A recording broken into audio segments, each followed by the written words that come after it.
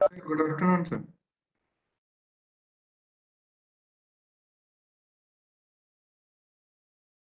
Good afternoon. How are you, Altab?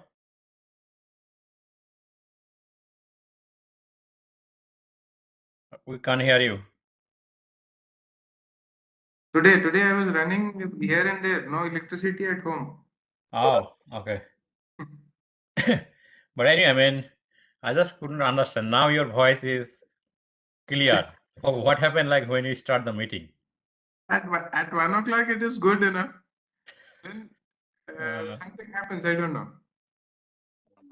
Maybe it's too much means you are broadcasting on YouTube, so it is taking a lot of bandwidth, means power from your laptop. Laptop may be old, be not that much No, powerful. laptop is very new, but Uh, maybe the bandwidth might be an issue. yeah. I think so. okay.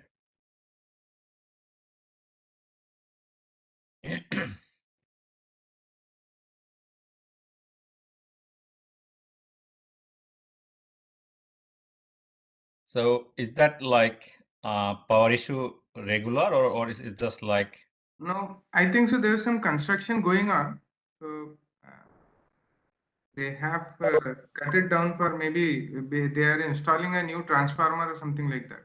okay, so just for maintenance purpose. Yeah, usually Okay. the electricity goes off on Saturdays, if it goes. Okay.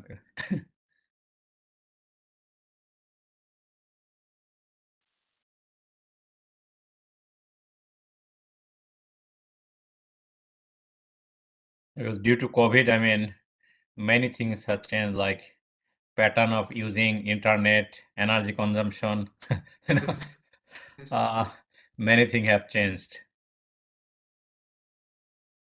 Professor Altaf, can you please share the material on daily basis, because when we are having lecture, so then we want to go on PPT and this material. Okay. So yeah, then after this, today I'll send this. All the material to Altab. Yes. Actually, I was going to raise this issue. There were some other candidates also who were asking for material. If you send it, I I'll. mean, yeah, because I was not sure that everything's sent Yes. together or just like one by one. One by So, one would be, they will be happy getting it every day, a little bit of it. okay, so what I'll do, I'll send in advance what I'm going to present, in a particular day. Right. That would be good. Yeah.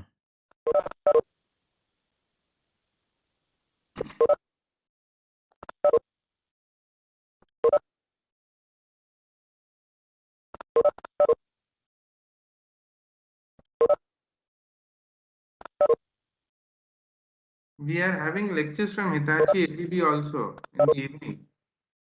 Yesterday we had one. Today also there is one. GIAN. No, not on GIAN, but we have got a MOU with Hitachi ABB. They have set up a Oh, lab here okay. for smart grid, and on that they are giving lectures. So Okay, yesterday there was one, today there is one. how to use all those equipment. A generalized uh,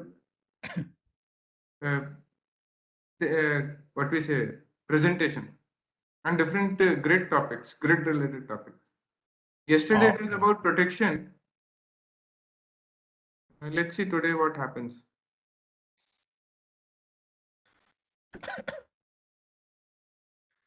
But Um, when you get a industry person to speak, their way of presentation is totally different.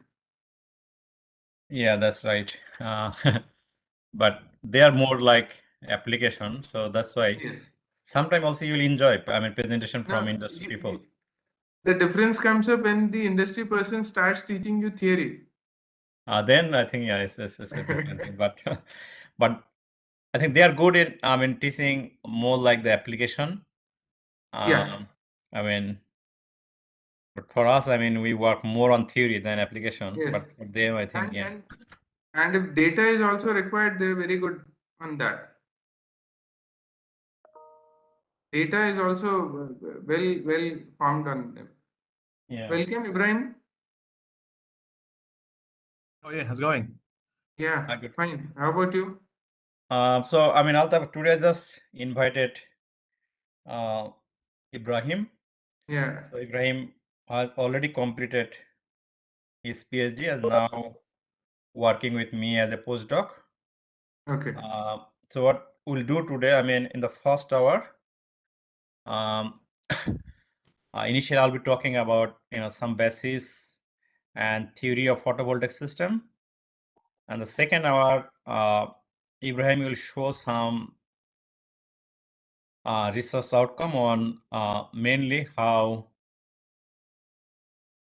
different sort of control of inverter converter photovoltaic system can increase the integration level of PV in the network. Right. Although I haven't finished electric vehicle still, but the reason I have come back to photovoltaic system because when I'm going to show some application of electric vehicle, it also include photovoltaic system. So that's why today my plan is to start with photovoltaic system. And Ibrahim has agreed also on Friday. He will give a demonstration on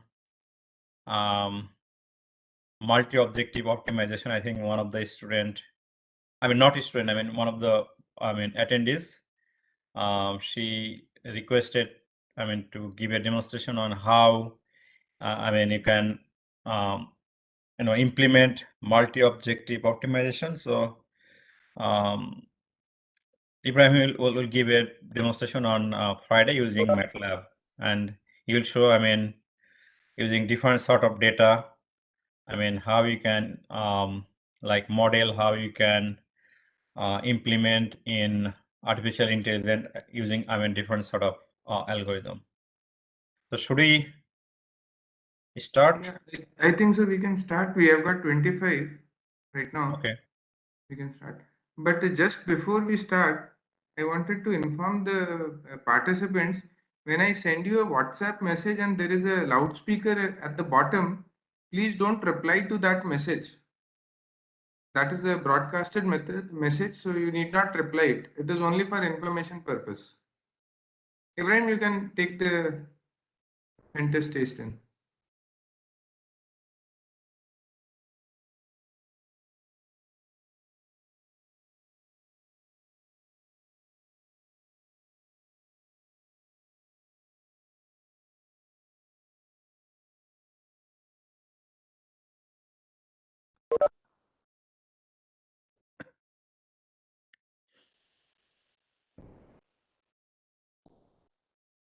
So Altaf, can you confirm me whether you can see my slide and also I'm audible? Yes. You are audible also, and the slides are also visible. Thank you. Again, welcome everyone to my third presentation. So today, as I mentioned, in the first hour, I'll be talking about some basic theory on photovoltaic system, some mathematical model, because if you want to do like any study on planning, control, you need to know the mathematics. Although, sometimes, we don't like that complex mathematics, but for some application, you need to know the mathematics as well. So that's why I just thought like quickly go through some basics and modeling first, and then we'll show some application, some today and some tomorrow as well. So that's the outcome of my presentation today. So initially, I'll be talking, why actually we need solar power. What are different advantages and disadvantages? How we generate electricity using solar from the sunlight.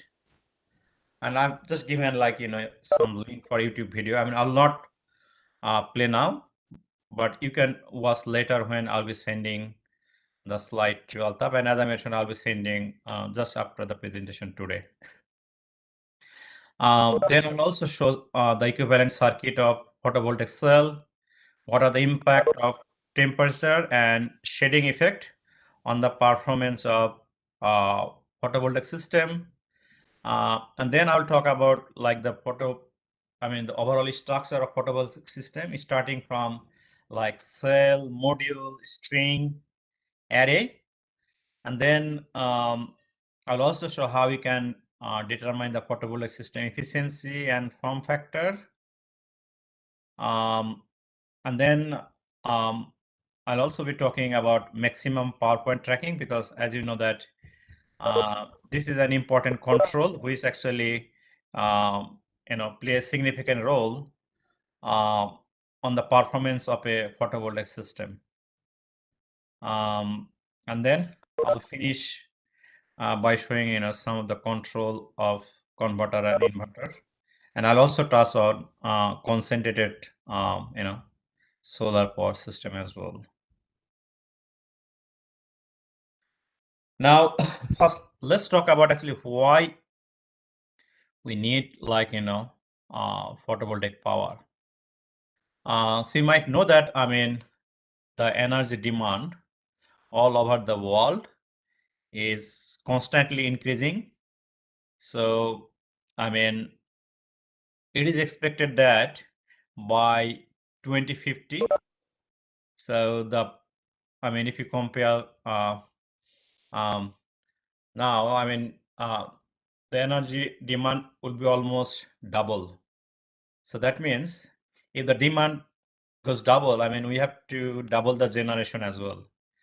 And as you know that the power, power we generated still today is from fossil fuel.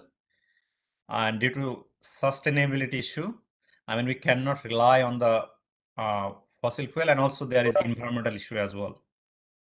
So we need to find out alternative source of power, and photovoltaic system I think is one of the main sources of alternative source of power. So that's one of that issue. And another issue, probably you might heard about that carbon concentration. So the carbon concentration is constantly increasing, and here the last live figure I took it like in 2018, it was actually 409 parts per million, so which is like the ppm. But in 2019, that figure has gone up to 415 ppm. But as you you might know that the safe level for this carbon concentration is 350 ppm. So ppm actually means that ratio of carbon particle to the rest of other particle in the air. So you know that this is already over that safe level. So that's why for like environmental safety, we need to find a way to reduce that carbon concentration level below 355. And I believe photovoltaic system, they can play a significant role to reduce that ppm level. Now you might know that actually there's sunlight is actually huge source of actually input power. So here you can see that what I mentioned, like by 2050 the power we need, and even like the capacity that sunlight has to produce the power is like several times whatever we need by 2050 for the whole world. So approximately we can actually generate 140 terawatt power from the sunlight, and I'll show you actually how we got that figure. So there's huge potential to get to meet the additional demand that's coming in years by producing power from sunlight. Now, just I briefly talk about that electromagnetic spectrum. So again, I mean, you might also already know about that, but this is again the range of different frequencies of electromagnetic radiation, and they are, I mean, respective wavelength and photon energy. So here, you know that, I mean, there are different range of frequency like radio, microwave, infrared, ultraviolet, X-ray, gamma. But this is the range for visible light, where we actually see that light, and this is like that corresponding wavelength from approximately 400 to 700 nanometer. And in the right hand direction, you can see that here, like the frequency is low, but I mean, it has got higher wavelength, and when this frequency is increasing, you'll get like lower wavelength, because the relation is inverse. F equal to c by lambda. C is the velocity of light. And the relation between that energy that you get from here, like photons, photon energy, that is E equal to hf, and h is a Planck's constant, and you might know this is the value of this. So you can easily actually find out, I mean, whatever the energy, you can get it in different you know, range of light. So again, I mean, as I mentioned, like this is the relation between energy and frequency, and energy and wavelength, and by combining these two, you can find out the relation between energy, wavelength, and also the velocity of the light. And from that, actually, for different set of wavelength, you can find out, you know, photon energy in both unit. One is joule, and another is, you know, electron volt. And you know, the relation between joule and electron volt is given by this, like in 1.6 10 to the power minus 19 joule. So it's easy to convert from one to another. Now, just to give an example that if you consider like that whatever, I mean, radiation is comes from that sunlight, it actually falls on like a black body, and black bodies means that something like an object that absorbs all radiation falling on it. So if you consider that whatever radiation is coming, and on the object that is falling, I mean, it's absorbing all of them, but that's not the case. I mean, in most of the cases, I mean, if you think about that real photovoltaic system, that does not absorb like, you know, 100% radiation. So this is just like a assumption, just to see like, you know, whatever the power is actually available in the sunlight. And the equation that you can use, that's the like total energy J, and this, the relation between this and that is a sigma T4, and T is the absolute temperature, and you know that unit is given like kelvins. So here, if you consider the black body, that's the absolute temperature, and we're just considering this is the like the radius, and the sigma, this is like a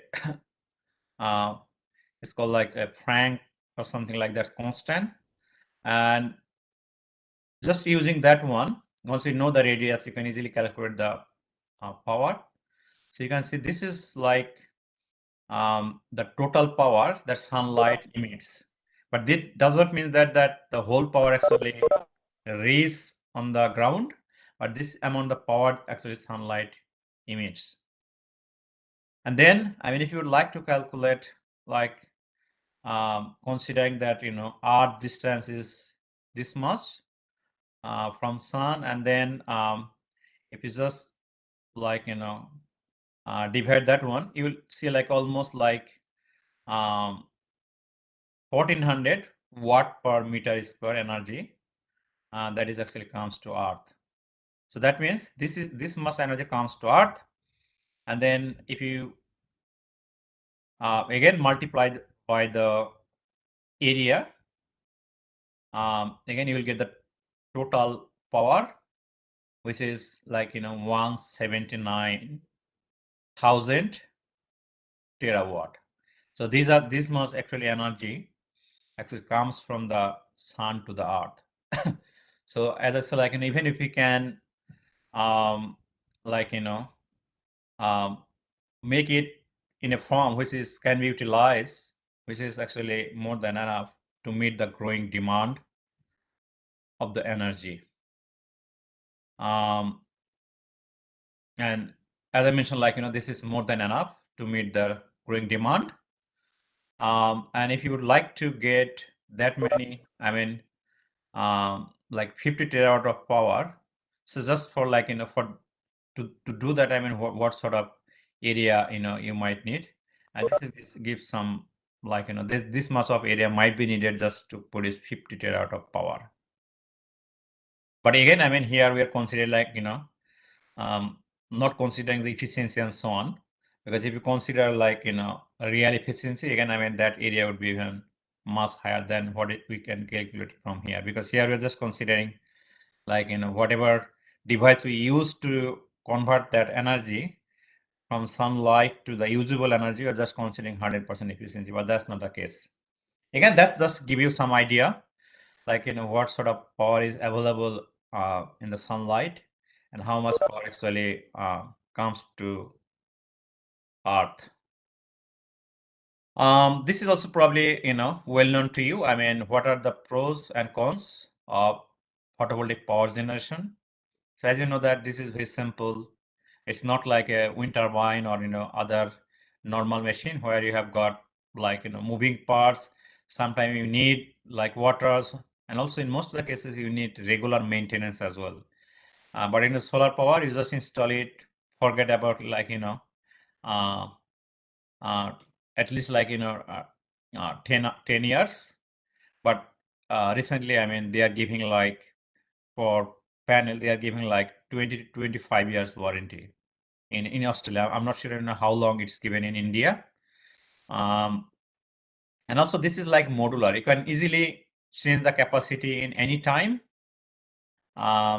through just the addition of extra panel and just increasing the inverter capacity. As I say, like it has got very long life span. It's like 25 years, but unfortunately inverter does not have that long lifespan. It's like in the range of 10 years.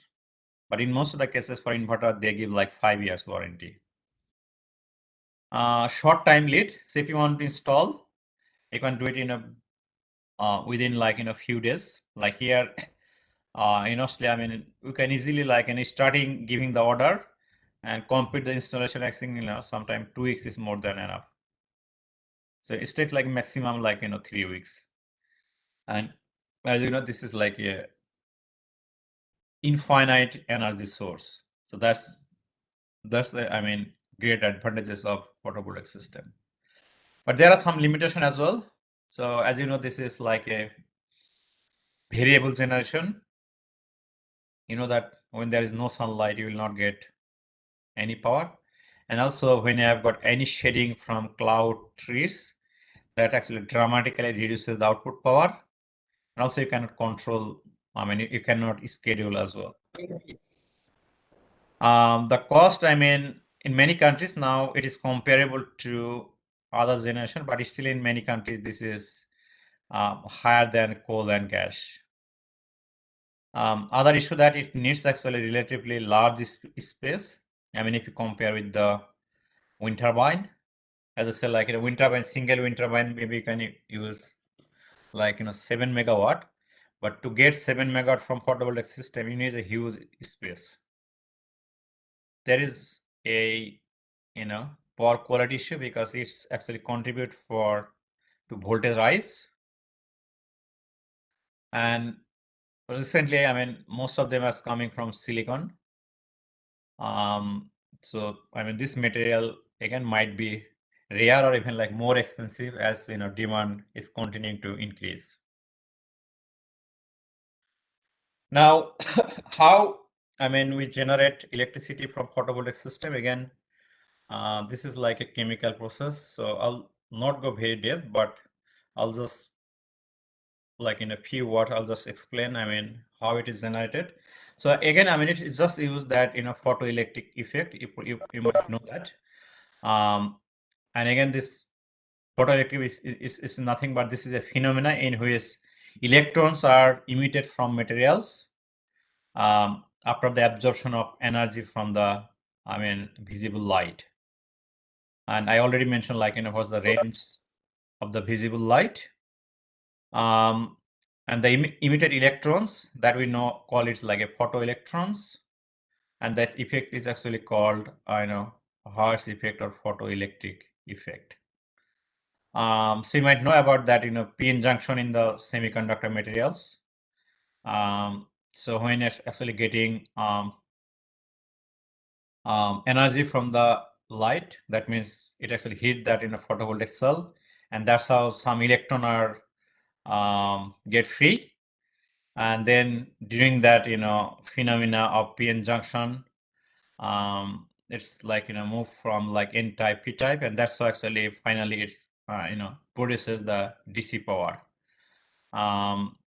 So again, the concept is very simple, but if you would like to know more about that semiconductor devices, probably if you are not electronics engineer, it might be difficult, and you don't have to actually understand that internal chemical process if you are not intended to work to improve the energy efficiency of the even like the devices. So if you would like to in the material science or chemical science, then probably you need to know more details about what sort of internal reaction happens inside the panel.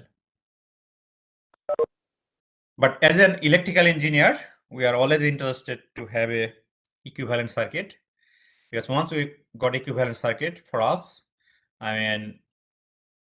we can use that one to determine the performance of any devices, not only photovoltaic system, but any devices. If you would like to design control, we need to know the equivalent circuit as well as the model. So any sort of analysis, you would like to do as an electrical engineer in the electrical side, actually you need to know the equivalent model. And for us, equivalent model always it's like few parameters. It could be either a voltage source or current source, and mostly three parameters like resistance, inductance, and capacitance. So for photovoltaic system, again, that equivalent circuit is nothing but it's just like a like a real diode within a parallel current source. So this is like your photovoltaic system, which is connected in your home with some load, and here your sunlight is coming. And this photovoltaic system we can replace with a current source with a parallel diode.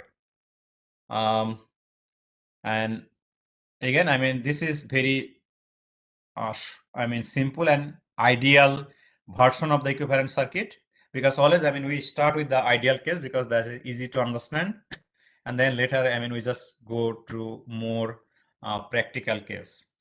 And here, if there is a no load, we call like a short circuit, this is like a shorted, and if this is like open, we call it like an open circuit port. Now for a photovoltaic system, this terminology is quite important, because while we are going to do the analysis, we will many times we'll talk about like short circuit current and open circuit voltage. So short circuit current is nothing but like the maximum current that it can flow, and open circuit voltage is also maximum voltage that you can get it here, because when there is a open circuit, there is no current, so this voltage and that voltage will be same. And here there is no load, so only the internal resistance will resist the flow of current, so you'll get the maximum current. And again, that equivalent circuit that's coming here, like again, this is like we have got the current through the diode, and the voltage across the diode we call VD and ID. And the relation between like the current that is coming to the load and this ID is actually given by that, diode equation. And again here, we're not going to discuss, how we can derive this equation, because that's quite complex, and you don't have to do it. If you just know this, how to use this equation, that would be more than enough. If you want to do the modeling.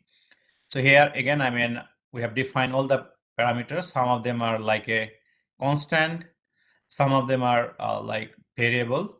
So here like Q, A, like K, T, like all of them are constant. So A means like the empirical constant, it has got some values, and then electron charge, temperature. Here that is definitely absolute temperature in Kelvin, and K is Boltzmann constant, which also the all the parameters. Once you know all the parameters, you can make this equation in simple form. At the end, that equation is actually given by this form. So here only unknown is I0 and VD. And I0 again, that is a leakage current. So once we know leakage current, we can easily model, that, a photovoltaic system. And again, this is the relation between the short circuit and diode current, because if you just simply apply, KCL here, this current will be summation with these two current, and that's how you will get this equation. And by using the previous equation, finally that would be the relation between the actual current, short circuit current, and leakage current, and also the voltage and other constant. And if you draw this one, this would be something like, this graph, which is nothing but just like the, negative, upside down of the previous, diode characteristics. And if you would like to get, previously you got the current, if you would like to get the open circuit voltage, that's the relation, and we can just putting that in a left hand side 0, if we solve it that previous equation, because during that open circuit period, this current is 0. So if you put 0 here, you can easily find out what would be that V, and that's how we calculate that in open circuit voltage. And here this one just showing like that when you have got full sun and half sun, almost like short circuit current. It's not exactly proportional, but it's like almost like a directly proportional. So whatever current you get over the full sun, half sun, you get like almost half current. So that's why the characteristics is like that. So this is like voltage, and this is current. So this is called like IV curve. Um, but as I said previously, in the previous case, we didn't consider any shade, but in most of the cases, your panel might have shade, even not for like all the time, but in some parts of the time, because if you don't use that, smarter control which can rotate the direction of the panel, then your panel is fixed and your sun, in the direction of sunlight is changing. So at some point, you're either fully or some part of the, some cell might be shaded, and when your cell is shaded, actually, significantly reduces the power getting output from your panel. Here you're just showing that like two cell connected in series, and if one of them is 0, you can see like, if it is exactly like that, then the whole total current will be 0. But in real wind turbine, that's not the case, because we use some bypass diode just to reduce the impact of shading. But still, the shading has got significant impact on the output power that we get from the photovoltaic system. And as I mentioned like previously, we didn't consider like the other effect on the panel, because whatever wire or whatever material you use, all of them has got resistor. resistance. And here we have got actually two sort of resistance, and one of them is called like the leakage resistance, and leakage resistance always comes in parallel with any devices. So here instead of having like only diode and current source, we have a leakage resistance. And in most of the cases when we design, we try to limit that 1% within 1%. And if you use like the for a normal cell, for a, I mean not normal, for a large cell, actually that short circuit current is around 7 amp and open circuit voltage is around 0.6 volts. So if you use that value, it would be like around 9 ohm. So that's how it's designed to limit that current. So the higher that value, lower would be that current coming through that resistor. And here you can see like when you use that resistance, so the graph that I showed previously, the characteristic was like that, but due to the resistance, there will be some impact on the performance. And here you can see this is the curve that we'll get when you consider this resistance. Next one, as I said, like there will be some other resistance as well, and this is again associated with the cell and its wire, and even like for the semiconductor as well, and we represent that with RS. So considering this RP and RS, so we'll have two resistance, one in parallel, another is series. So the series one, it will have impact on the output, current, as well as the voltage as well, because there will be some drop here, and we always expect that this resistance should be as small as possible. So in that case, the effect would be lower. And again, consider the same voltage and current. If you would like to reduce the losses within 1%, this should be the value of 0.0009 ohm. So this, you can see this is very small resistor. So the considering both series and parallel, the equation that I mentioned previously, it will change, and that will be the final equation. And also that will be the final equivalent circuit. So it has got parallel as well as series resistance with the ideal condition that I mentioned previously. And if you like to calculate like the voltage exactly, you are getting like as a output, because whatever is coming from like the panel, there are some lost in RS and RP, and that's how probably you'll get that in a final voltage output VD minus IRS. So this is the voltage here VD, and whatever drop here, you will get the voltage here. And this is for single cell, but if you have got multiple cell, then this is the equation. This is the equation we'll be using, VD equal to VD minus IRS. So that's the equation you can get used to calculate the voltage that you can get from a module. And this is just like something data sheet. If you buy many photovoltaic system, you can get the data sheet given by them, which will tell you, different sorts of value with different number of voltages, what would be like the current, V module, and the output power that you will be getting.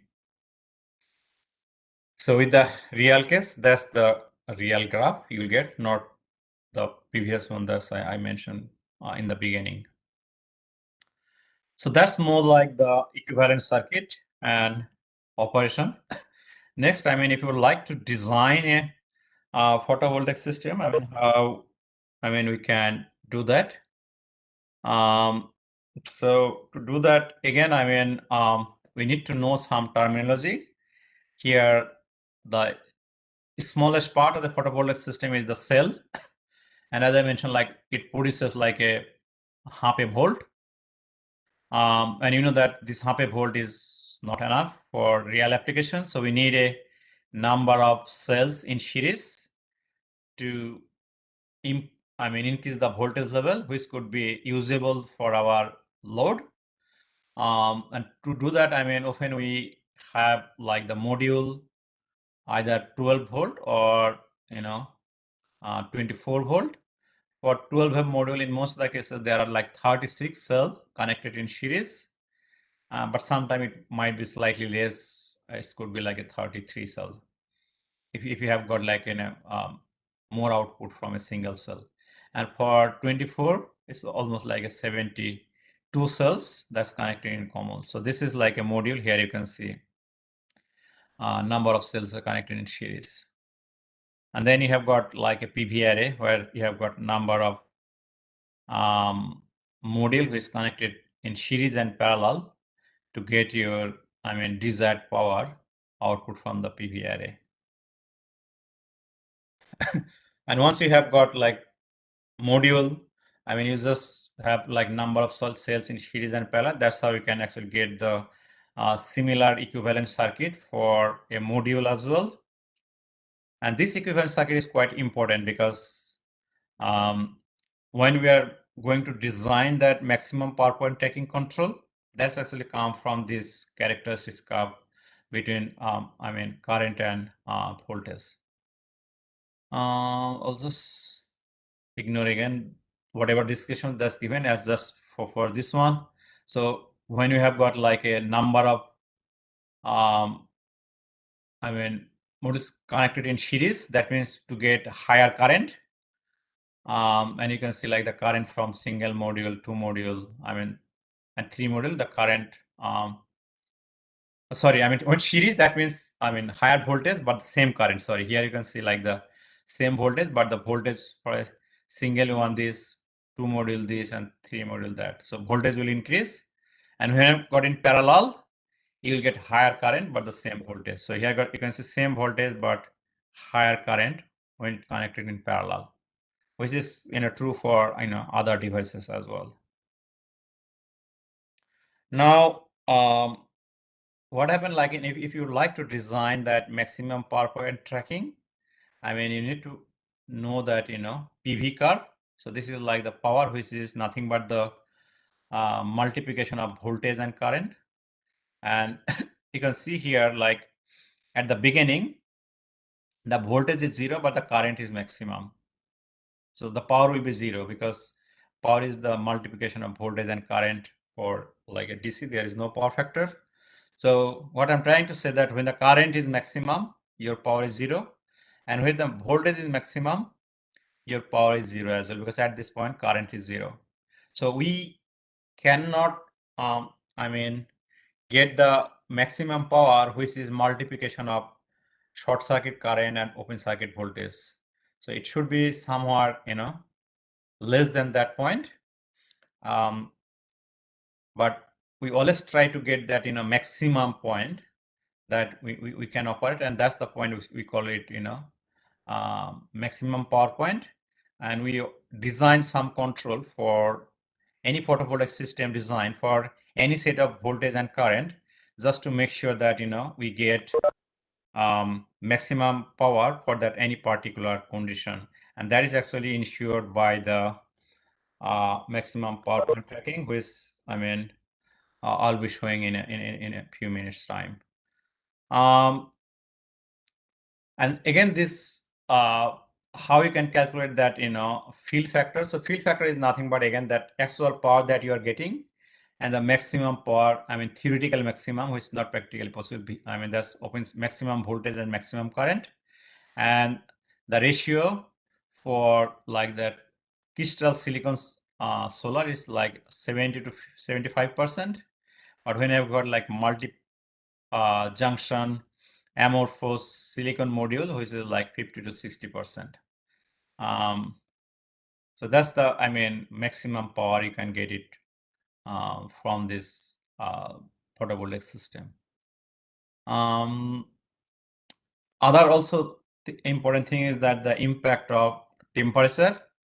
So when actually temperature increases, and that actually happen in real cases, and that actually decreases the output power from the photovoltaic system.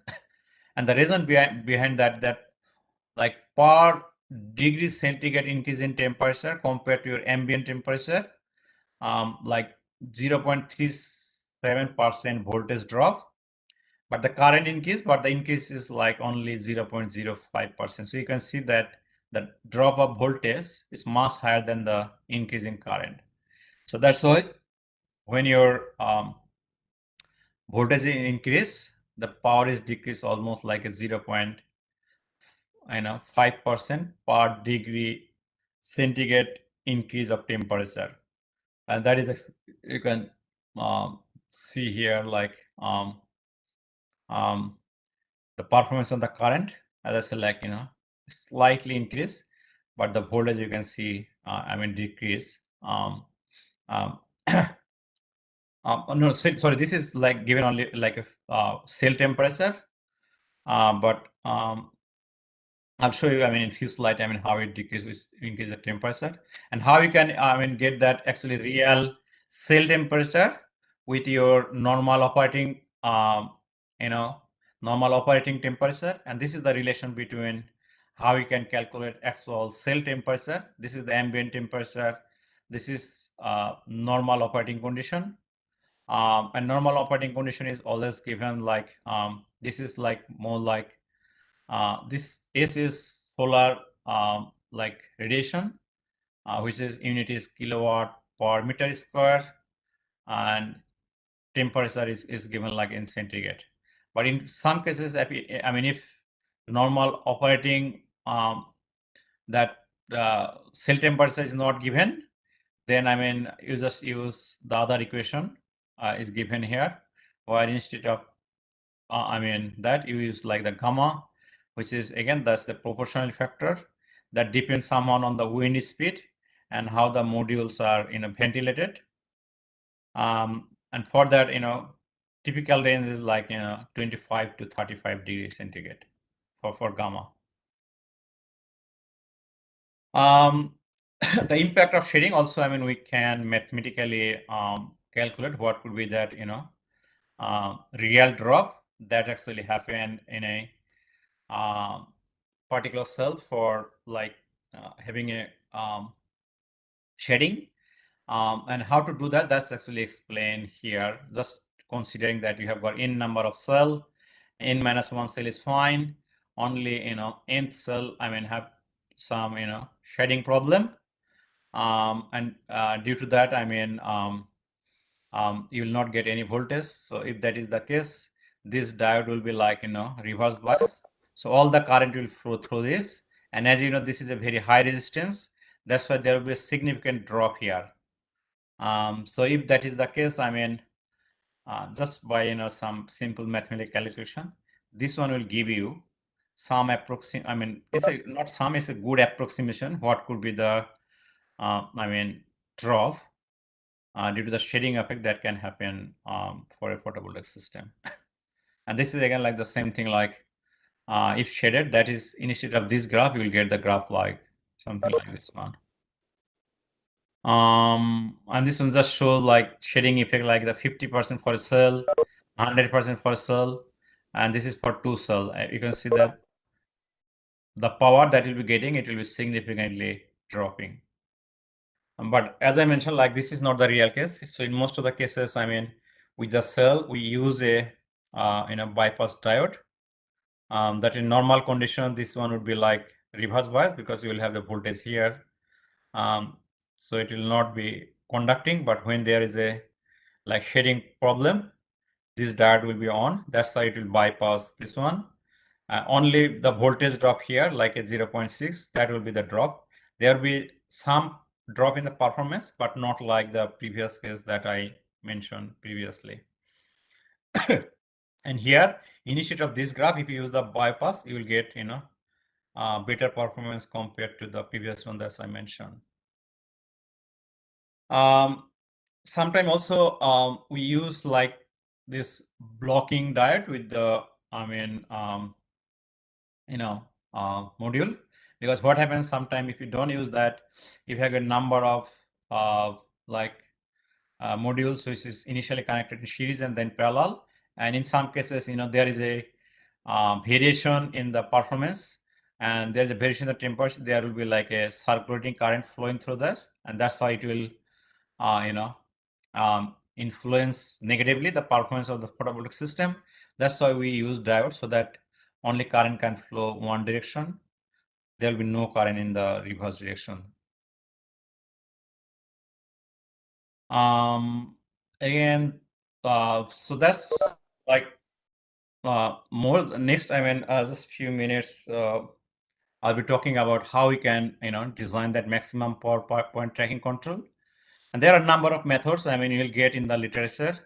And here I have just given the list of them. But here I'm not going to talk all of them. So here, like, you have got fractional open circuit voltage method, fractional short circuit current, lookup table technique, perturb and observe. This is like one of the popular technique. But again, for it makes sense, like, before going to talk about like MPPT control, do you have any question? So far, what I have discussed. Any question or comment from anyone?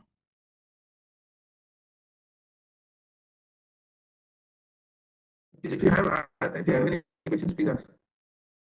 Yeah, the reason I just went very fast, because this is very simple. And probably if you spend some time, even you can learn by yourself. Yeah, but the shading part is still under research. So if somebody is interested, they can ask questions.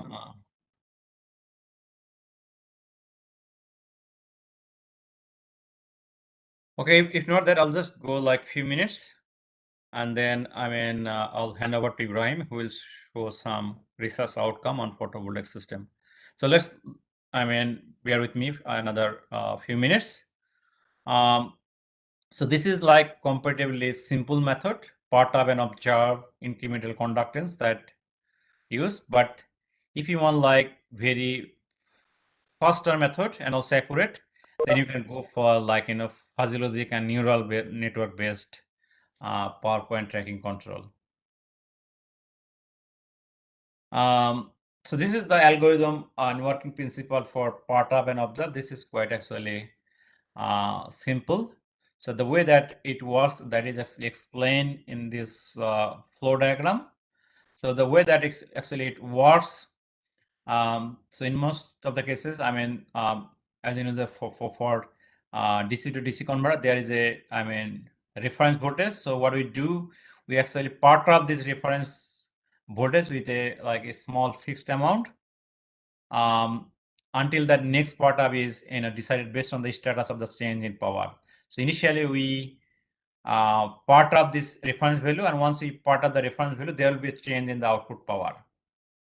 And we actually look and see what's that output power.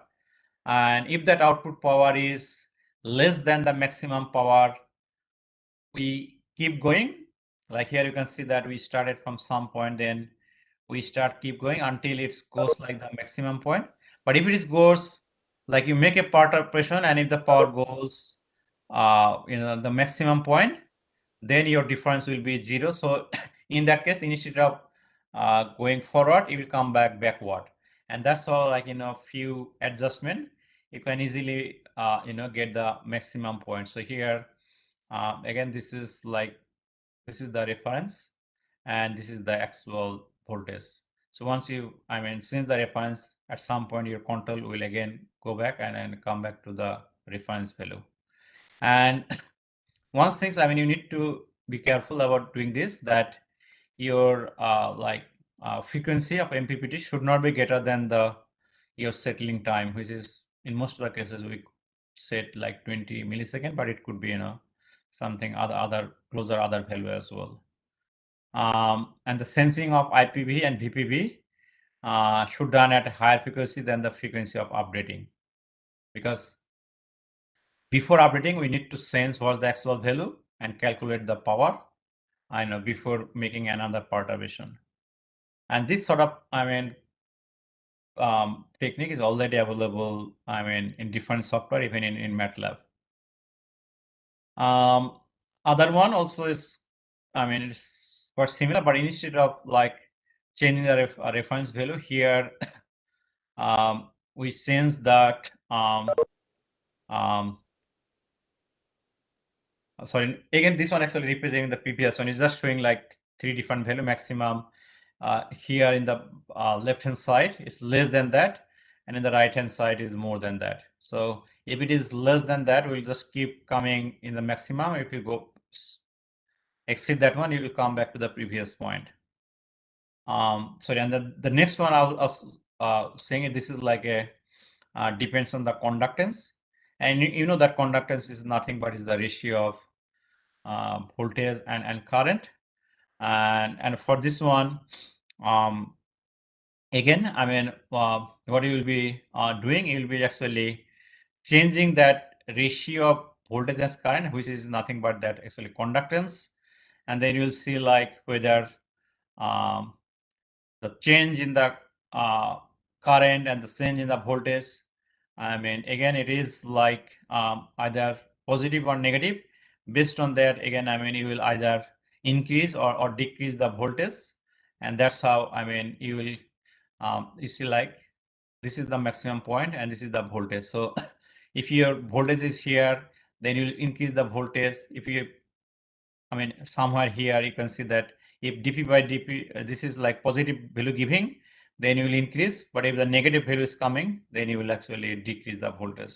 And that's how, again, I mean, you will get the maximum point. But as I mentioned, like, you know, if you want to get, you know, faster convergence, then probably you should go for fuzzy logic and neural network using like these two methods that I mentioned, like power trap and incremental conductance. Convergence speeds, it changes. Complexity, I mean, this one is low, this one is like the medium, but definitely, I mean, if you want to get better performance, your design complexity should be higher, which is the case in a fuzzy logic and neural network. And this is the very simple equation that you can use to calculate the photovoltaic efficiency, which is the nothing but your output power and the input power. So the power output at maximum power point taking, that's I mentioned previously, and your input power would be that the input light that is coming, and we know in most of the cases it's not difficult to get, I mean, measure that in a radiation level, which is like in most of cases like in a close to 1000 watt per meter square. And if you calculate that in a surface area for either solar cell, or if you know, if you have a module, then you just calculate the surface area. If you multiply that, then you will get the total input power, and that's how actually you can calculate what could be that, you know, efficiency. So with that, probably, you know, I'll stop. But whatever, you know, I presented so far, if you have got any question or comments, feel free to share with me. Again, as I mentioned, this is more like very simple and basic stuff. There is no, I mean, research involved. Although, I mean, there are some research even like developing the accurate model as well.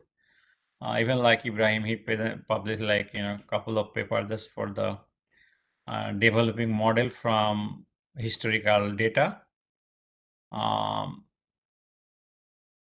So any question or comments?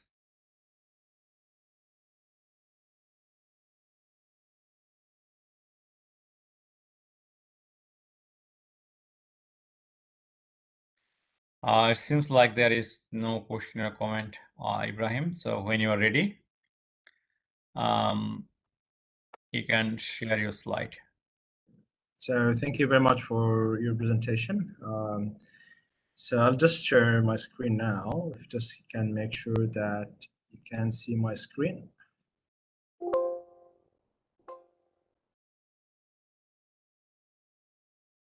Yeah, I can see your screen. Okay. Hello, everyone. So I'm just going to discuss one of the issues that we're mostly facing once we integrate the photovoltaics into the electrical grids. So as we know that most of the photovoltaic system installed, they are like rooftop PV systems, which they mostly connected to the low voltage distribution networks. So with increasing that installation of the photovoltaics into the low voltage distribution networks, we start getting some issues related to the voltage level, some of the thermal issues related to the like the current capacity for each of the conductors and other elements.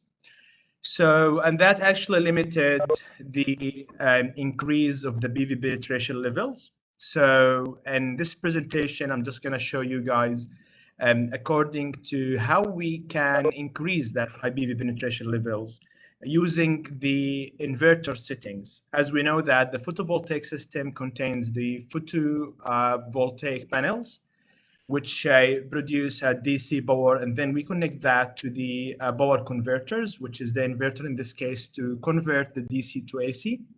So that inverter, most of the recent inverters, they have some settings which we can actually change, and that will allow us to control or we can mitigate some of the issues related to the PV system. So in this presentation, I'm going to show you some of the existing smart inverter control techniques, and also one of the techniques that we developed with Professor Jahangir during my PhD. So the content for this presentation, I'll go through an introduction and then showing the Australian perspective of the energy demand and also the amount of the installation of photovoltaic systems. I'll go also through some of the definitions related to the terminologies that I'm going to use in this presentation. And then I'll describe the low voltage distribution systems, like a general high level, a schematic diagram of a distribution, transmission, and generation. I'll talk also about the model's accuracy related to the like the presentation that Professor Jahangir provided, like how the accuracy of the models also affect our results. Sometimes if the model of the photovoltaic panels or the inverter or the photovoltaic system in general, or even the low voltage distribution network, if it's not accurate, so we may oversize or undersize our solution. I'll also talk about some traditional solutions that most of the distribution network providers using without using any smart of these inverters.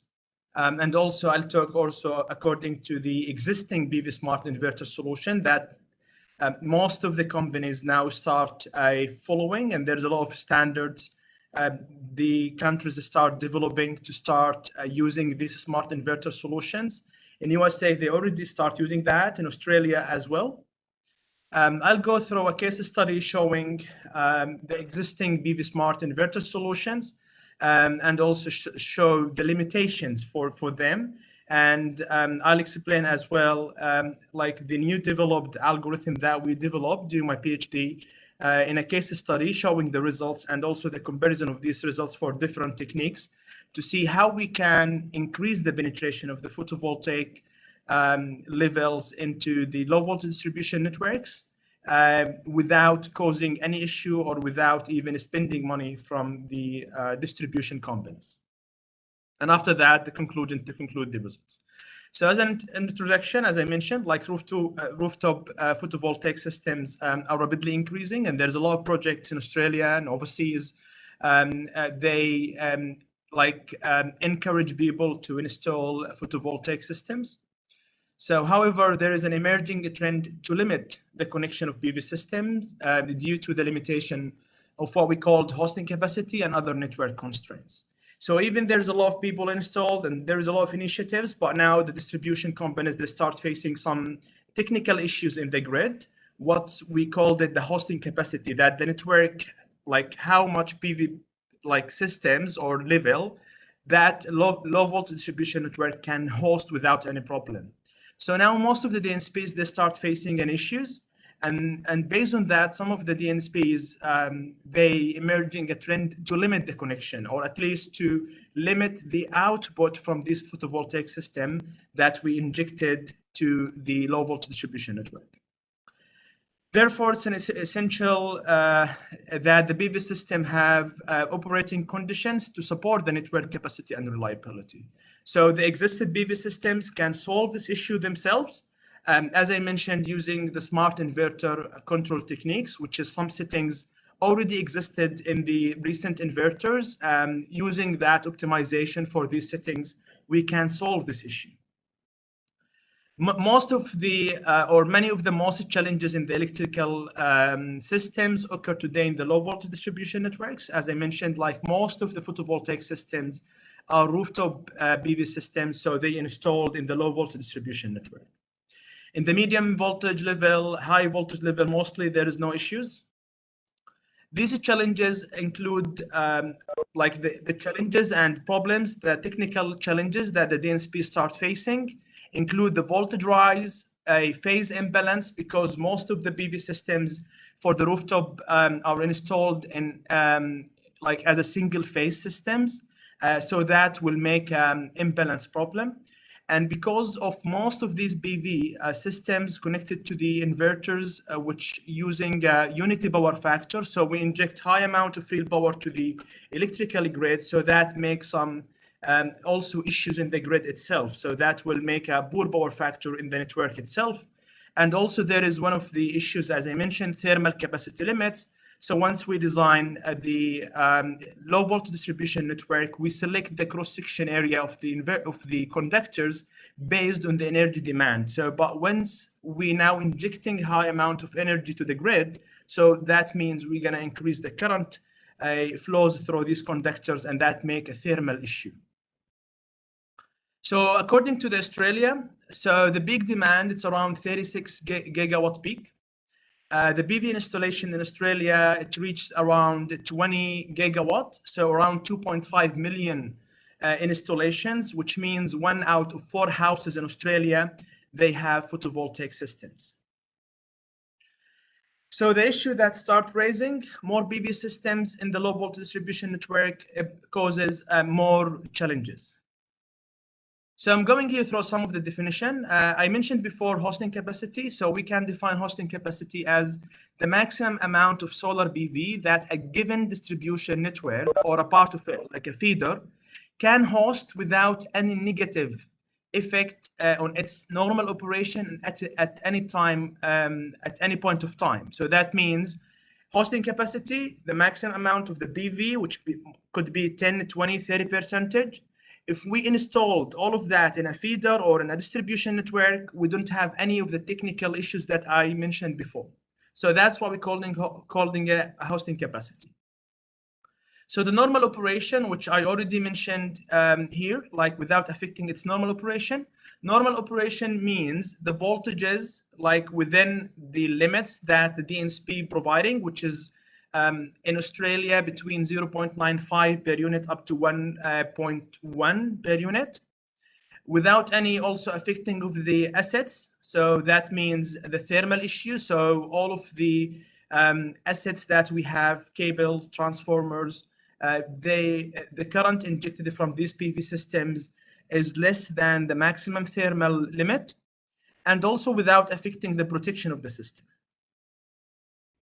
The amount of solar PV can we decide as a kilowatt peak, or it could be percentage or number. Traditional solutions, which I'm gonna use in this presentation, which is the conventional solutions that distribution companies use or can use to increase solar PV hosting capacity without significant complexity. Traditional solutions means increase the cross-section area of the cables, for example, or increase the capacity of the transformers. So for most traditional solutions, it's the easiest way to solve the problem, but these solutions need to spend some money to replace or to upgrade some of these assets. So which I'm gonna explain in the next slides and show what's the smart solutions or the non-traditional solutions without spending any extra money from the distribution companies. So this is just a diagram showing us the most three levels of the like we see in the power system, starting from the generation, goes to the transmission, down to the distribution. So we see that high voltage, we using a transformer to get medium voltage. Mostly the distribution will be in a medium voltage and low voltage levels.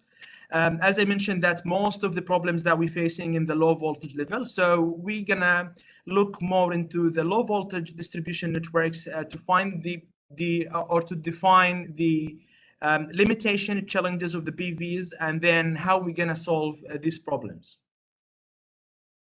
So PV generation mostly happens during the day when many people are not at home. So that means we have low energy demand or low energy consumption, because most of the people, they are in their jobs. But at this time, because the solar radiation is very high, so that means we have a high generation. So once we have high generation, low energy demand, then the problems start appear. So one of the most important things to do this study is to make sure that all the models that you're going to use, they are accurate or very close to the reality, to make sure that you defining the problems exactly as the real networks are facing. So modeling the low voltage distribution networks as accurate as possible allows the researchers to assess the hosting capacity accurately. So once I say modeling that accurately, that means you have to model to find the single line diagram for the low voltage distribution network.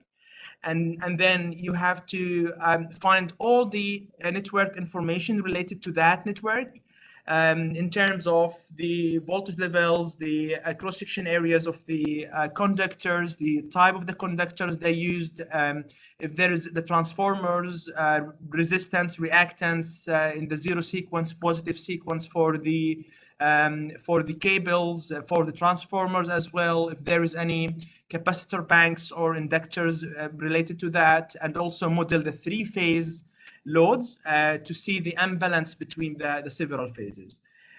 So the accurate model needs also accurate data or a high level resolution of the data to make sure that you're representing the real behavior of the network. The entire distribution networks are affected by the phase imbalance. Therefore, modeling the phase imbalance effects can significantly increase the accuracy of calculating the hosting capacity. So this is one of the issues that we're facing once we deal with real projects. So there is a lack of availability of these data.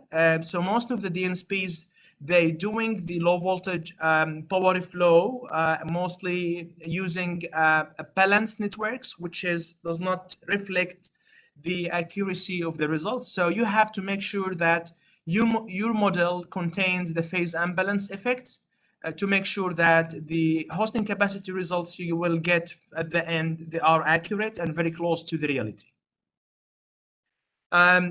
Here also defining the hosting capacity allows the network operators to manage the distribution network resources efficiently.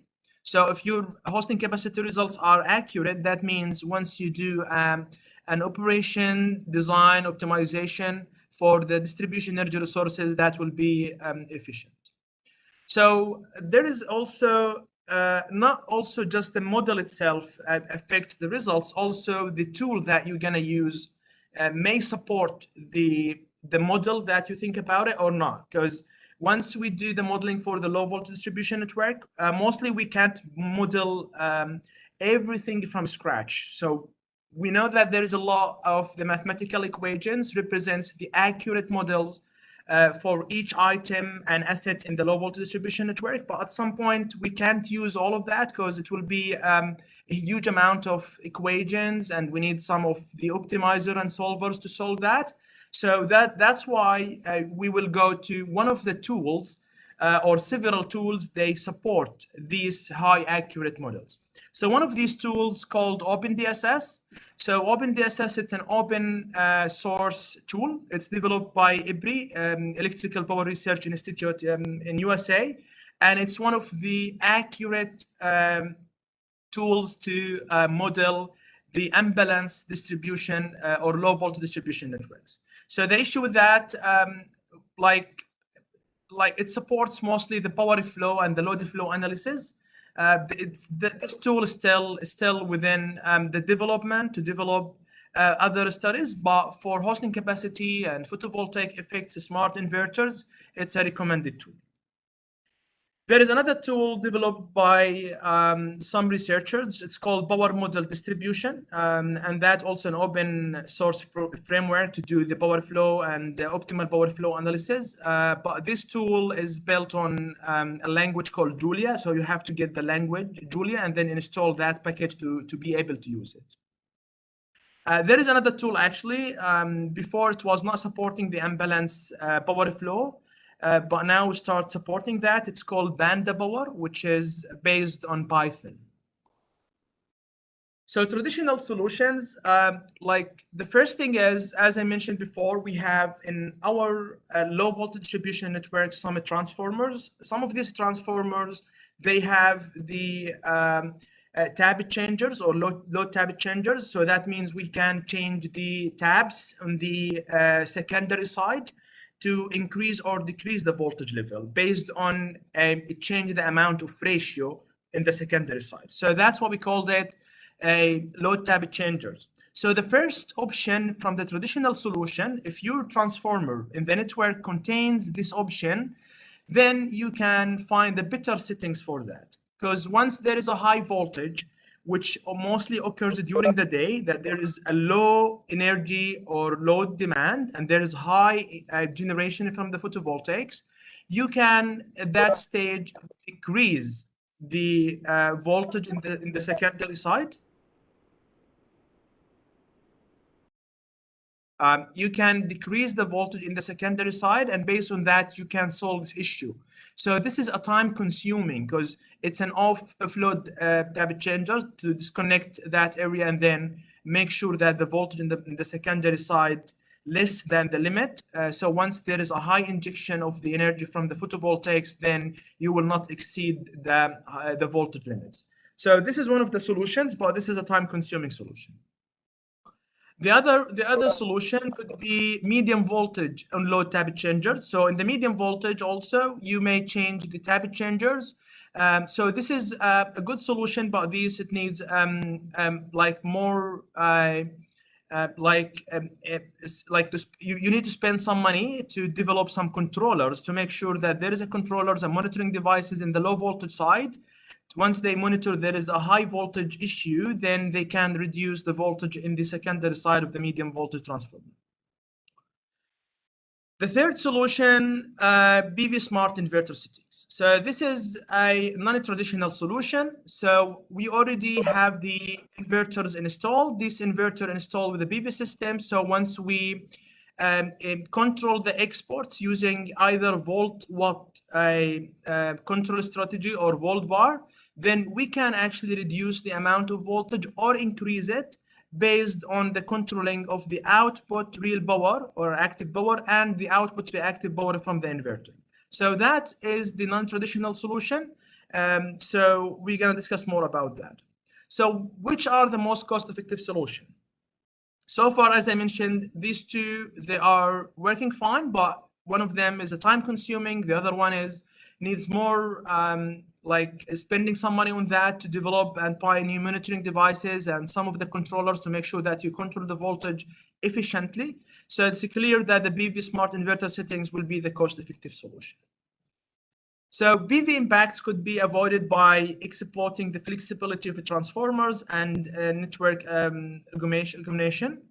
Transformers can lower voltage. Larger conductors allow also for more current. So this is all of them traditional solutions. So according to the non-traditional solutions that I just explained about, the PV smart inverter solutions, so there is several existing PV smart inverter solutions, and there is a lot of standards, as I mentioned, in IEEE and also in Australia, develop their own standards related to the way of change the settings of the inverters to support the PV smart inverter solutions. So this existing PV smart inverter solution could be constant power factor function. So that means if we wanted the PV system to inject a real power or inject the energy to the grid with a constant power factor, so this is one of the function. The second function called volt-watt function. So that means we can control the voltage in the grid or in the network by changing the amount of the real power or active power injected to the grid. As I mentioned, sometimes during the day we will have high voltage. So that means if we reduce the real power or the active power injected to the grid, that will reduce the voltage, then we can solve this issue. The second solution could be volt-var function. We know that there is a relation between the voltage and the reactive power. So by injecting more reactive power, that will increase the voltage. And by consuming the reactive power, we can reduce the voltage. So this is also one of the functions that the inverter supports. And there is another new smart inverter solution, which is a combination between volt-watt and volt-var. And so far, based on the literature, this technique or this function giving the better results. Because, for example, the second one here, volt-watt, so once we reduce the active power injected to the grid, so that means you will reduce the benefits or the revenues for the customers. Because at the end, the customers, they're selling the energy they produced to the DNSP. So by reducing the amount of active power, they're going to lose some money. So, but at the same time, that may cause other issues. So the volt-var also can solve the problem without reducing the amount of active power, but this one will make some power factor issue. So combining the two functions together using volt-watt and volt-var can solve the problem efficiently without losing a lot of money from the customer side, and also with keeping the power quality in the grid as better as it can. So one of the standards that I developed in Australia, it's called like AS in NZS 4772, which is an inverter requirements standard. So this is standard based on one of the IEEE standards developed by IEEE. And this actually showing the limits for the constant power factor with relation to the active power, volt-watt, volt-var, and also volt-watt with volt-var function. So from that Ibrahim, standard, sorry, just yes. Whether, I mean, up to now, whether their audience have got any question or comment. Yeah. So anyone has any question?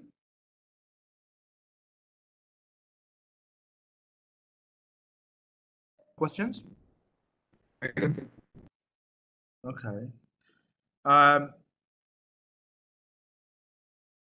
Okay, that's fine. So yeah, once I go to the results, maybe there is some other questions once we see the implementation of these functions.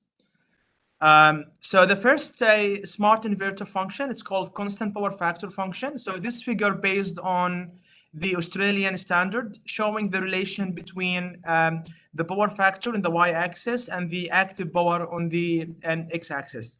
So that means based on the Australian standard, the power factor could be between 0.95 leading to 0.95 lagging. So how are we going to implement that in the power system? I'll show that in the second slide. So we know that the power factor, it's the relation between the active power and the apparent power. And we know that the apparent power is the summation between the active and the reactive power. So once we say a constant power factor, so that power factor should be a constant.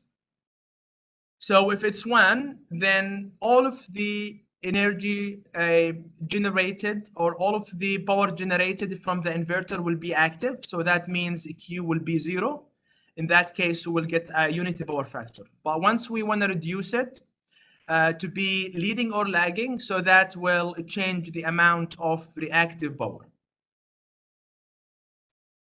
In other words, the relation between the reactive and real power can be considered as finding the tan of the cosine inverse of the power factor. So once the power factor is constant, then based on this relation, we can find the relation between the reactive and active power. The second function is the volt-var function.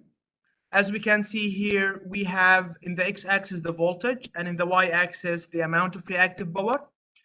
For example, if our voltage, the minimum limit is a 22 volt and the maximum limit is a 250 volt.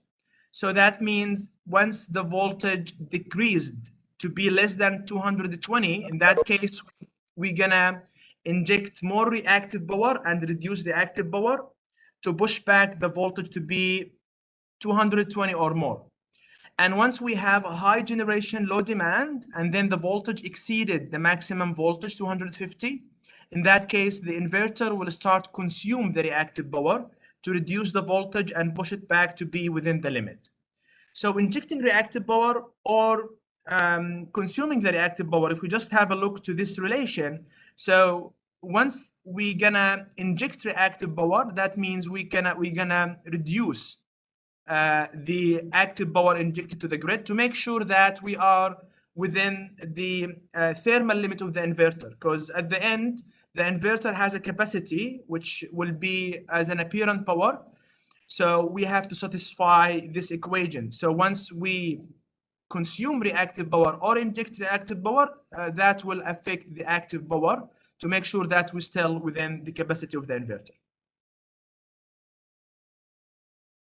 How are we gonna implement that in the power flow analysis, the volt var? So here, actually, the algorithm shows the different equations based on the voltage. As I mentioned before, if the voltage, for example, 1 per unit, which is 230, for example, if it depends on the area. So that means we're not doing any reactive power consuming or generation. So that means all of the generated power from the inverter will be active power because we're still within the voltage limit. So once the voltage is less than 0.96, so the inverter will start noticing that the voltage could be lower than 0.94 in the Australian standard, for example. And based on that, the inverter will start inject. So the positive means inject, the negative means consume. So in that case, the inverter will start injecting reactive power to push back the voltage to the 1 per unit. In case the voltage is more than 1.08, we know the standard is 1.1. In this case, the inverter will give the order to the like the power electronic circuit inside it to start consuming reactive power to push back the voltage to be closer to 1 per unit. So this actually equations summarizes this equation summarize this table, which is the same as the figure I just explained. The third function is a volt-watt function. So as it's from its name, it's a relation between the voltage and the active power. So based on the Australian standard, this figure shows in the x-axis the voltage and in the y-axis the active power. So once the voltage, let's say between, as I mentioned before, as an example, it's between 220 as a minimum limit and 250 as a maximum limit. As the voltage between these two limits, so the inverter will just inject active power, and it with a maximum capability to inject that. So once the voltage is more than V3, it's more than 250, the inverter will start reducing the active power, making a limit. It's called curtailment. Start curtailing the active power because injecting that active power will increase the voltage more than the maximum limit, and that will make a lot of issues in the protection and insulation as well to the conductors and other devices. So how are we going to implement that in the power flow analysis? So as I mentioned before, as the voltage is 1 per unit, so active power injection status, so the inverter is just injecting active power. Once it reaches 108, also still injecting the active power. Once it's exceeding that, which the maximum limit is 1.15, so the inverter will start reducing the amount of active power injected to the grid to don't allow the voltage to go more than 1015. So if the voltage exceeded that, the inverter will shut down itself because it went out of the synchronization. So these equations summarize this table and the figure that I explained before. So in this research, actually, we developed a benchmark model based on the three existing smart inverter functions I just explained: constant power factor, volt var, and volt watt. So we developed here a benchmark because after that we developed a new algorithm. So we need a benchmark to validate our model and make sure that our model like behave better than the existing inverters. So is there any question before I go through the benchmark model?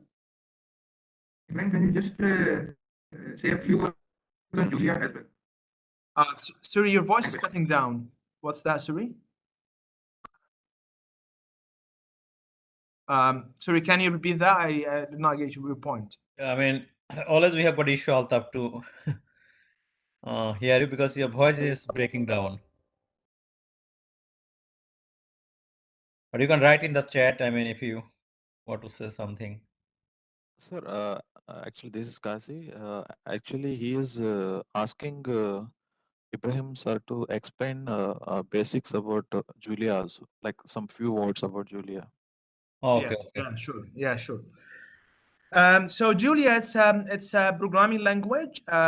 It's developed by MIT researchers in USA. So several researchers they start using Julia. Julia is also an open source language, similar to Python, but it's more faster than Python because it's a package based. It's not that famous nowadays, most of the people are using Python, but we use Julia actually because one of the models that we used developed in Julia. So as I mentioned, Julia is more faster than Python. That's why most of the researchers now they move to Julia. Industry people they start still working with Python, but I think the future will be for Julia language. And there is, by the way, a lot of packages related to the power system, renewable energy already developed in Julia.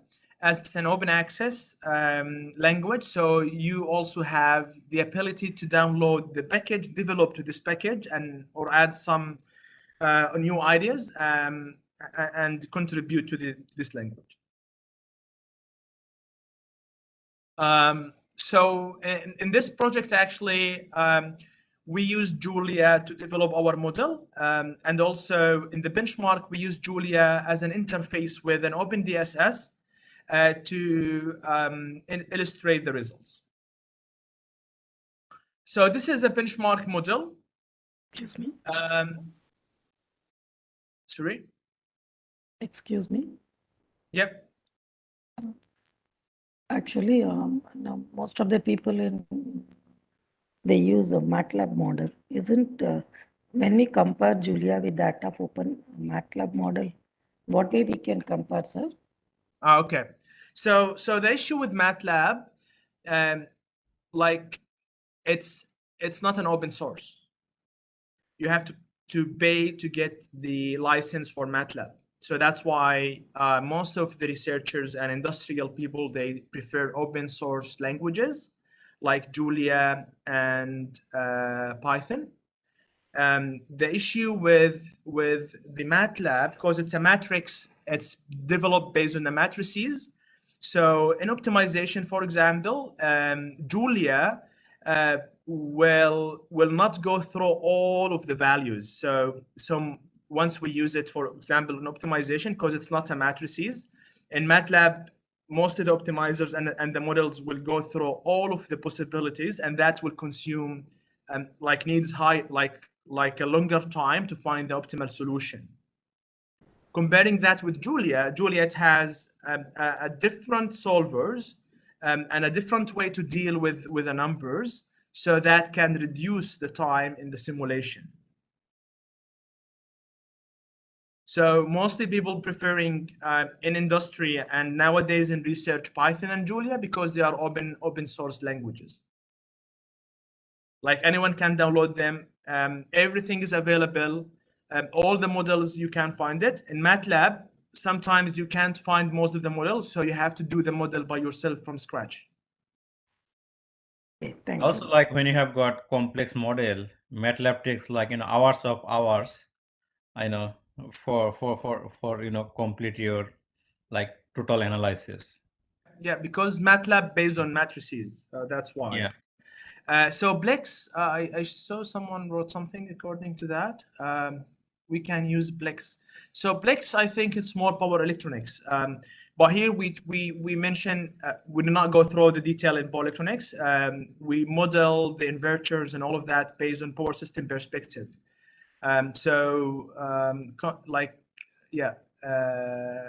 Plex is a different software to actually model detailed inverter models, which mostly power electronics guys interested in that more than the power system. So Julia, it's not a software. Julia, it's a language. So you can use it like in all of the like most of the aspects, and from modeling, machine learning, artificial intelligence, optimization, like all of these things. If we had time, at the end, I may show you a sample of Julia code to show how we're building that. So the only thing is a difference between Julia and Python comparing with MATLAB. So Julia and Python, they don't have a Simulink like MATLAB. Once you have the Simulink, you know, okay, you can do your job easier, but sometimes you don't have an access to change the model itself. You cannot change the parameter, but you can't change the mathematical equation. To save the time in MATLAB, mostly they use not that high accurate models because of the leakage of data and sometimes the complexity in modeling that. So that's why sometimes the results that you will get from Simulink, they are not accurate. So that's why we prefer to use coding to build the PV model, inverter, the network, and everything. So then it's easier for you to do the debugging and also to know the accuracy of your model because you built it by yourself. And you can implement and apply several type of optimization on that because you have the code and you can optimize any piece of the model or the parameters that you have in your model. So this is just showing the benchmark model that we developed. So as we're talking about PV system integrated to the grid, so that means we have a PV model, and that PV model contains the photovoltaic and the inverter. So because we used OpenDSS as a benchmark, so OpenDSS, they already have their built-in PV model. So here's the challenge that we can use that PV model, but we can't change their equation. So they use a simple PV model to reduce the simulation time, but it's not accurate. It's not reflecting the actual behavior of the PV panels.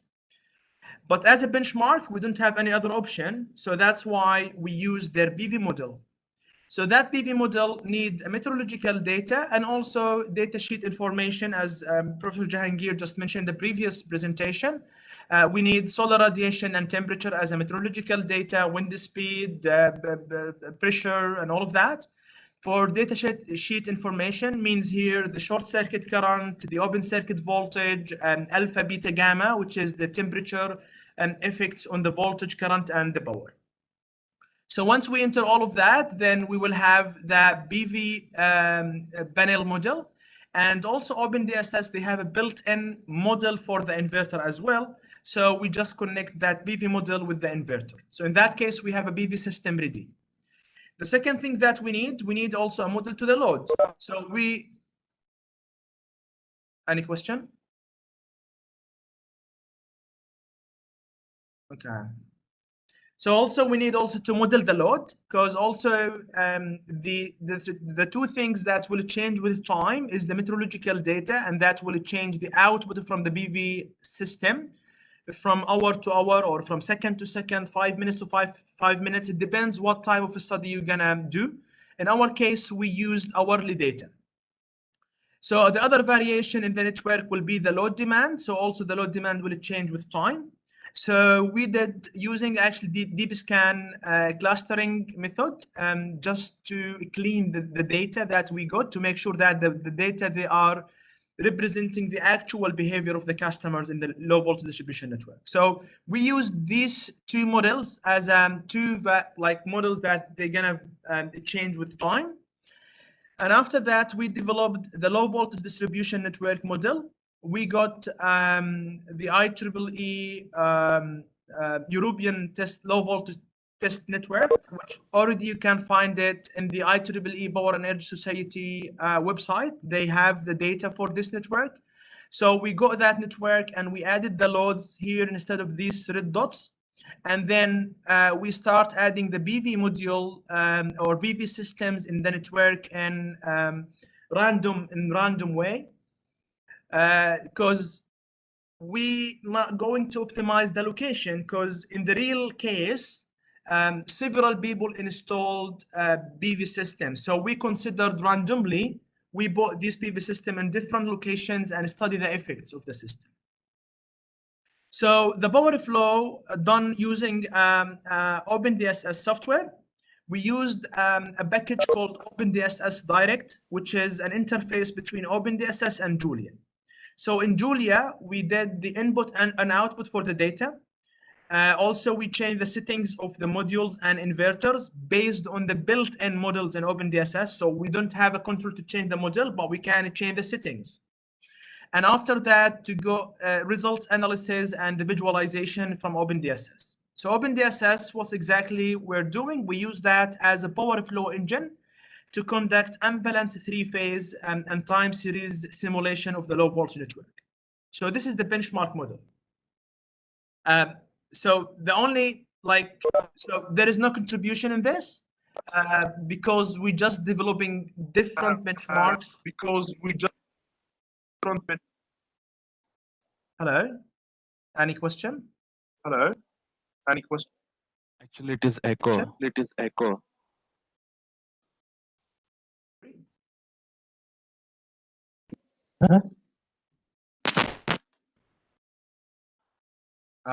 Sorry, what is the question?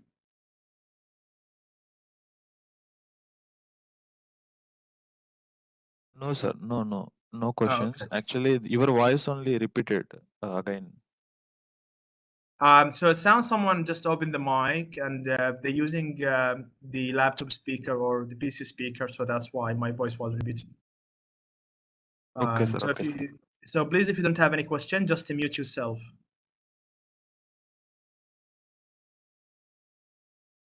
So this is the low voltage distribution case study, IEEE European low voltage test feeder. As I mentioned, you can find the data for this feeder as a benchmark in IEEE Power Energy Society website.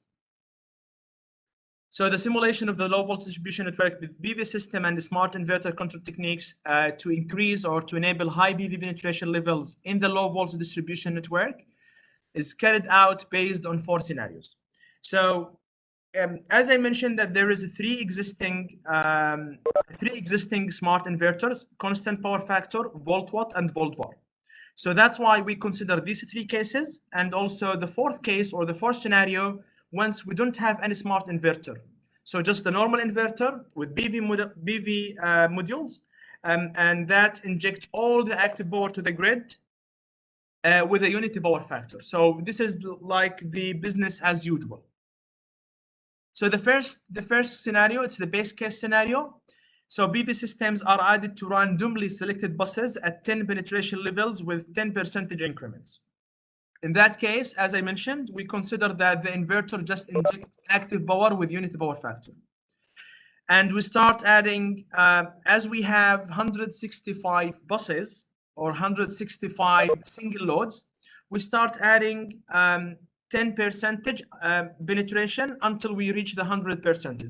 That means 10%, the first 10% PV modules, and then 20 in another 10 random locations, then 30%, 40% to study the effects of the PV modules in case there is no any inverter solution applied. The second scenario, applying the constant power factor using 0.9 and 0.95 lagging, in case that we change the settings of the inverter and we ask the inverter that we need the power factor from the inverter to be 0.9, how the network will behave, and based on 0.95 also how that will affect the network. The third scenario, activating volt var technique scenario. which means allowing the inverter to start consume or absorb and inject reactive power based on the voltage and based on the limit of the voltage. The fourth scenario, activating volt-watt technique scenario. So that means we allow the inverter to curtail, reduce the amount of active power injected to the grid based on the voltage. So this case, the case study here, we're showing load information without integration for any PV system. So as I mentioned, we have 165 single loads. So the first figure here shows the load or the peak load for each of these loads. We also in the second figure showing the energy consumed per each load. The third figure shows the phases that this load connected to. As we can see, all of them are single phase loads. And the third figure here, we can see the voltage per each bus that this house or customer connected to.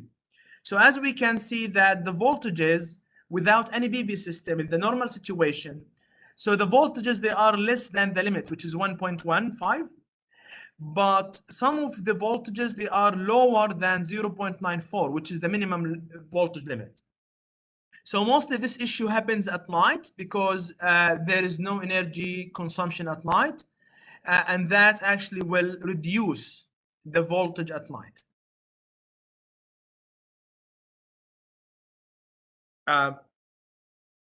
So once we start integrating PV panels from 10 to 50, these figures, we will just study the voltage in this scenario. So once we added 10% PV penetration, that means 18 PV systems in the network, we can see that the voltage comparing with the previous one, which was around 0.98, so they are increased to be around 1 per unit. So still we are in the safe side. So once we added 20, so 33 PV systems, we can see that the voltages reached to 1.01, still less than the maximum limit. And the minimum voltage is better than before.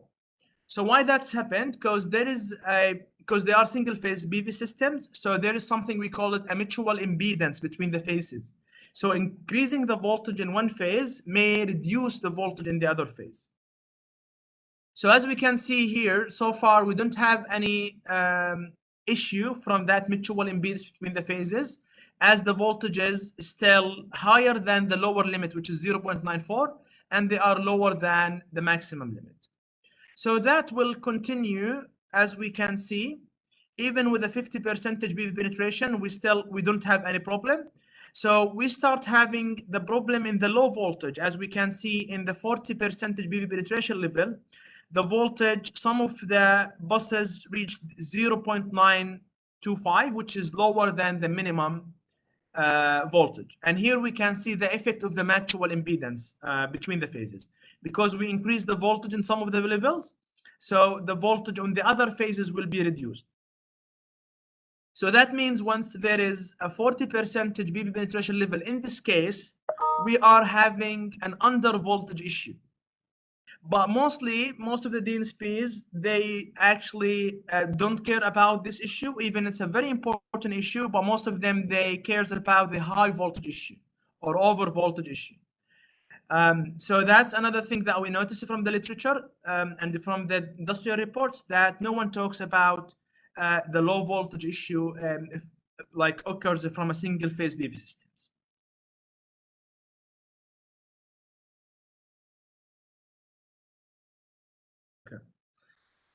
So this is also 60 to 100. We can see that the voltage is still increasing. We start facing the problem after we getting 70%. It's more than 1.1. So in 70% PV penetration level, as I mentioned, we have a high over voltage and under voltage issue. So just here showing that the maximum power generated from the DC side, from the PV modules, the curtailed power, there is some curtailment because the size of the inverter, and here is the amount of curtailment. We can see that there is a minimum amount of curtailment because the PV modules are sized like 20% more than the inverter capacity. So as we can see, there is no reactive power because we did not implement any smart inverter. We just injecting active power. And as we can see, the voltages start increase to be more than 1.1, which is the limit. So here we just showing the curtailment. The curtailment is very low, but after 70%, there is some issues in the voltage and the thermal issues. How to solve that? We showing here another case study based on the constant power factor at 0.9. So just because the time limit, I'm gonna go just a little bit quickly on these scenarios. So with 0.9, also the issue start appearing on a 70% PV penetration. The voltage increased more than 1.1, which is the maximum limit. And we have here, we don't have any low voltage or under voltage issue. So showing that, we can see there is some reactive power. Why? As I mentioned, there is a relation between real and reactive power, active and reactive power. As we need the power factor 0.9, we will see some reactive power injected to the grid. And that's why we will see a little bit increase in the voltage comparing with the best case. Again, here the energy curtailment, we can see higher energy curtailment because we reduce active, increase reactive. So there is a higher curtailment. So that means the customer losing money. So once we're gonna go with 0.95, again, we have also the issue in the same amount of penetration, 70%. So showing that we can see that the amount of reactive power injected less. Why? Because we are 0.95, the operating 0.95, which is closer to 1. So the amount of active is more.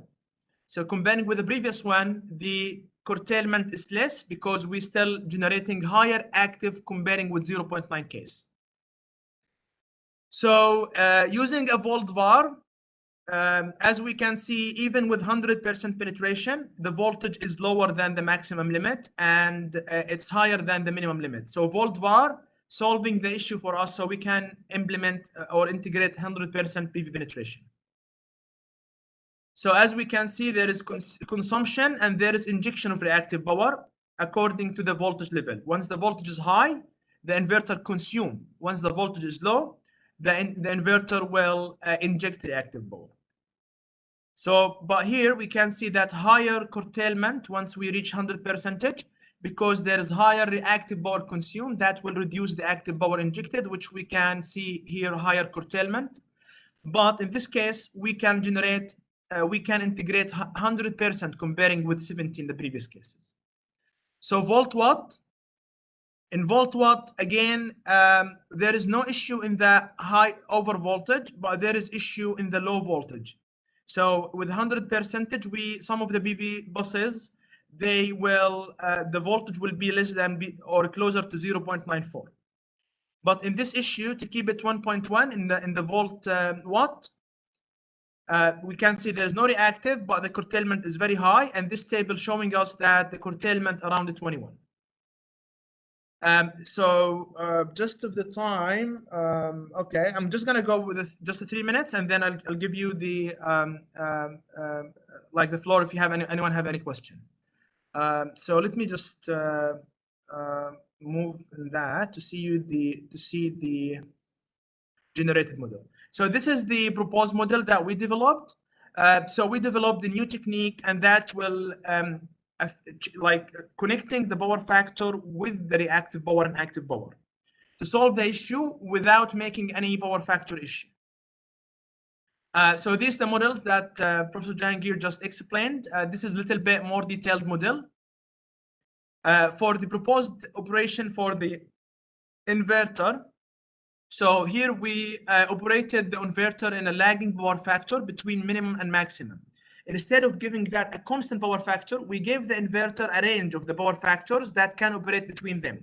And based on that operation, the active power and reactive power injected and consumed can be changed. So in this case, we not injected any reactive power, we just consumed. So the customer is not interested to solve the voltage issue in the low voltage at night because that has some losses and they're gonna lose some money. So in the benefit of the customer, the inverter needs to just consume reactive power from the grid. So by giving the power factor range for the inverter, here we will inject a higher amount of active power with lower consumption of reactive power comparing with volt var. So all of these are the equations showing how the inverter can be modeled from the power system perspective to meet the power balance between the reactive and active power with the power factor rated, and also the capacity of the inverter. And in this case, we need to optimize the amount of injected active power to the grid so that the customer can make more money. So in this case, as we can see, once between 0.9 and 0.95, we can see that we are having some issues once we reach 80%. Once we reach 100%, just a moment, sorry. So between 0.99, 0.95, we can see that the inverter can operate well without any problem. And in this case, we solved the over voltage issue, but we have an under voltage issue. So as we can see that the inverter just consumes reactive power, all the voltages are lower or close to the maximum voltage limit. So in this case, we actually solved the imbalance issue. And as we can see, comparing with volt var and volt watt, we solved the problem in the voltage issue with a lower curtailment. So that means the DNSP can install 100% PV panels with solving the voltage and thermal issues with lower curtailment. So that means the customer will get more money from the company. So as a conclusion, the proposed inverter models takes into account internal standby losses, which can be captured from the datasheet. A proposed operating mode can enable 100% PV penetrations within the power factor 0.9, 0.95 lagging. The proposed operating mode keeps the amount of active power curtailment as low as possible compared with volt watt and volt var. So that means the customer will make more money. The proposed operating mode maximizes the active power injected by all the PV systems simultaneously at the same time. And the package, which will be available soon, will able to contact the distribution controller and the local controller as a backup for that system. Thank you very much. Sorry, I just went very quickly in the last couple of slides just because of the time limit. So this is my email. If you have, I'm happy to receive your questions now. If you have more questions, you need more explanations or more references, you can send me an email. I'm more than happy to discuss that with you. Thank you very much. And I'm happy to hear if there's any question from you guys. Are there any questions?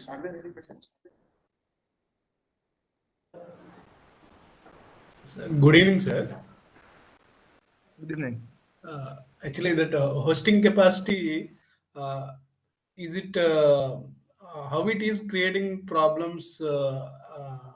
Can you explain that if too much penetration will lead to how it is creating? Yeah, okay. So hosting capacity is the percentage of PV level. Let's say if we just connect hosting capacity with photovoltaics, with PV, not with all the other renewable energy sources or distribution energy resources. So we can define hosting capacity as the percentage of the PV penetration level that the network can accept without making any problem in the voltage or the thermal or power factor. So in this example, we can see that in the base case, once the PV penetration is 70%, there is no problem in the voltage somehow. So that means we can define the hosting capacity for this network, it equals to 70%. So that means if we increase the penetration more than 70%, we start getting some issues. So to increase the hosting capacity, for the PV modules already installed in the network, we use the inverter controller or smart inverter settings to increase the hosting capacity. So once we say increasing the PV penetration level, that means we are increasing the hosting capacity to make it 100% without any voltage issue. Because you know that, I mean, when you are like exporting more power from PV to the network, mainly when there is like a off-peak period, sometimes that voltage rise issue occurs, because when you're pushing like more power, it actually exceed the voltage level, and that is actually not accepted by the network, because there is a standard what could be the maximum voltage. So if it goes beyond that, then what network does, operator, they just cut that additional power coming to the network, and that is not good for the customer. Thank you, sir. Thank you for insight. These are grid connect. These low voltage distribution network was operated in grid connected mode or islanded mode. It's a grid connected. So we connecting the inverters to the grid. So it's a grid connected. If it's an islanded, like it's a standalone, so then there is no effect on the network itself. The effect would be on the load. Okay. Thank you. Thank you. No worries. Sir, Yep. sir, as you Ibrahim, said, I mean, you can continue. I'm okay. Whatever Yeah. Okay. you No have, worries. and then you can finish it. Yeah. And No. again, thanks from my side, and I'll see you tomorrow. Thank you. Yeah, thank you, sir. Thank you. Yeah, please Yeah. go ahead. Yeah. sir. So, sir, as you said, uh, this voltage problem arises in a low voltage distribution system. Is it possible for such a problem to happen in a transmission system where it is fed by a very large solar farm? So mostly in the transmission systems or even medium voltage systems, it's rare to have that problem because mostly there is the imbalance. Mostly in the transmission, consider there is no imbalance, and the voltage. There is a lot of regulators that can regulate the voltages. We may face this issue in the future because if they increase the PV system connected to the medium voltage, we may have these issues in the future. But so far, most of the PV systems installed in the low voltage, so most of the problems in the low voltage. Okay. Okay. Got it, sir. Thanks. No worries. Any other questions?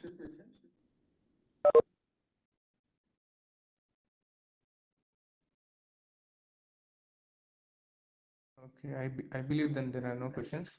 Thank you so much, Ibrahim, for your time and a beautiful lecture. A research work presented is always attractive. Thank you. We'll close the session for today. We'll have the session at the same time tomorrow. Same link. Thank you. Thank you very much. Thank you everyone for your time. Have a good one. Thank you, sir. Thank you, sir.